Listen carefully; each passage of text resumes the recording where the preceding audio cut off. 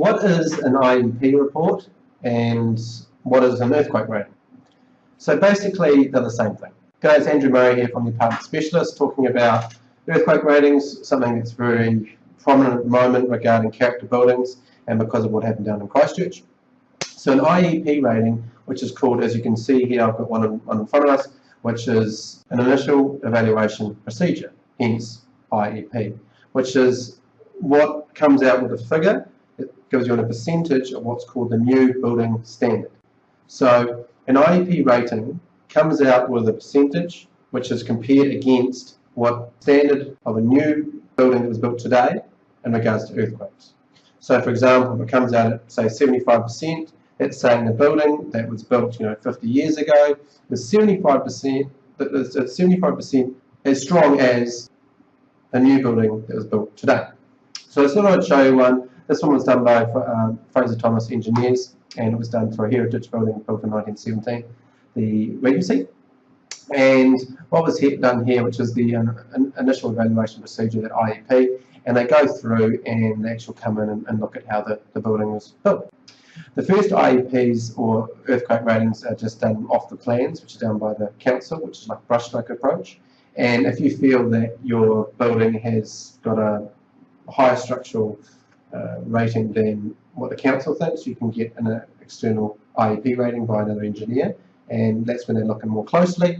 And then often what happens is, that'll often increase, it could decrease, depending on what's been done to the building, in this case increased. So they look at the buildings, they give you a history of the building, what it was built out of, when it was done for what. In this case, because it was built in 1917, it had various things done to it. It went from a warehouse to office space, and then an extension on the top, and then it was turned into an apartment in 1994.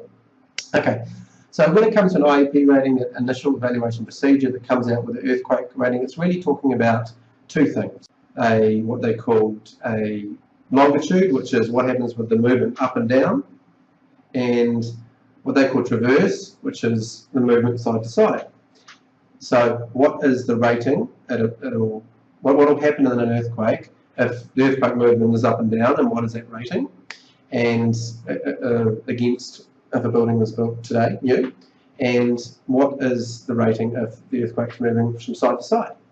And then each one will have a percentage, and then what happens is they'll take the lower of the two, and that will be the IEP rating, or which is initial evaluation procedure, or what we call the earthquake rating. So if you look down here, you go down to, so it goes through a lot of stuff that really you've got to be an engineer to really get into. I mean, I can explain some of it, but a lot of it's sort of probably beyond my expertise.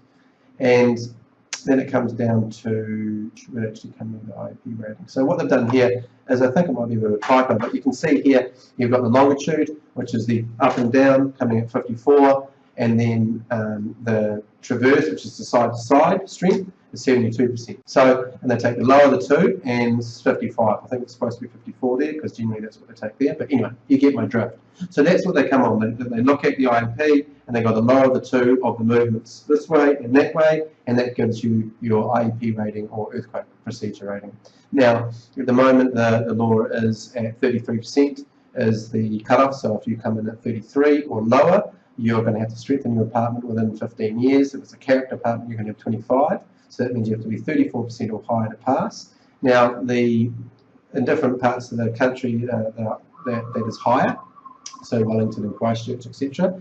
Now, I've got from very good sources within the council that it's not going to be changing in Auckland. Now, I can't promise it 100%, but to give you an idea, every single percent that goes up, that 33%, so if it goes to 34%, on average they estimate it to be about $700 million it's going to cost the country. So I've spoken to structural engineers, and they're basically telling me they're 100% sure it's not going to change. Now, obviously I can't say that because I'm not a structural engineer, but that's what I've heard in the industry, which is great news because I actually own a character apartments myself. Anyway, I hope this helps you understand a little bit more about IEP and earthquake ratings. And yeah, obviously, flick me an email, andrew@apartmentspecialist.co.nz, or off the website, and talk to you soon. Cheers.